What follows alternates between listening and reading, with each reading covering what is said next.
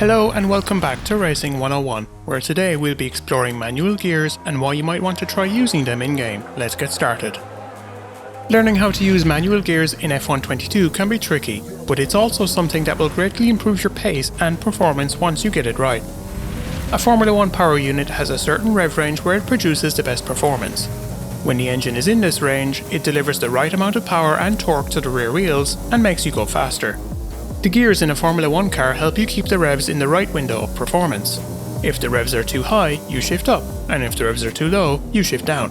In F122, you can choose to have the game shift gears automatically for you, or take control yourself and change them whenever you like. It can be tempting to leave them on automatic and not worry about the 70 plus gear changes you do every lap, however doing so may slow you down. Like all assists, the automatic gear changes are rather conservative, often shifting early or late to reduce wear on the gearbox and the power unit. By changing gears manually, you unlock the full potential of the power unit, while also having the opportunity to use more advanced techniques. Upshifting is the easiest thing to understand when using manual gears for the first time. As you accelerate, keep an eye on your display and pay attention to the noise of the power unit.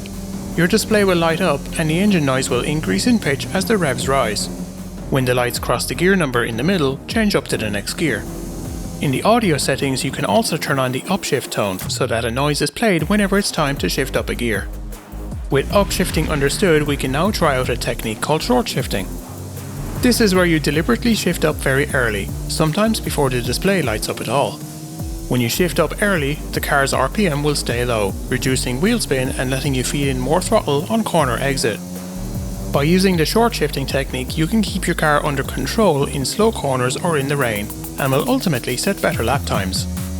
What comes up must go down, however, so let's shift gears in the other direction with our next set of tips. Downshifting is a little trickier to master than upshifting, but ultimately the fundamentals are similar, just inverted.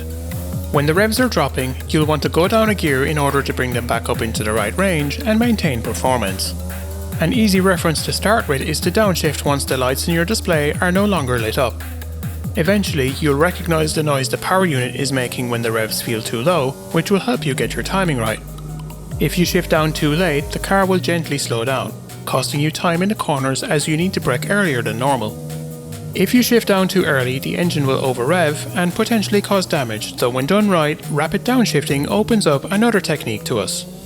Engine braking is the process of rapidly downshifting before a corner, slightly stressing the engine and forcing the wheels to slow down. In heavy braking zones, it can be useful to make your first 2 or 3 downshifts go by rather quickly, before easing off with the remaining gears. This, combined with the strong braking performance of a Formula 1 car, will allow you to brake slightly later into a turn, improving your lap times. Now that you know how to use manual gears in F122, you can use that knowledge to help you get faster around your favourite circuit. To find out more, check out our guide on learning F1 circuits, subscribe for more tips and tricks in the future, and I wish you the best of luck in your next race.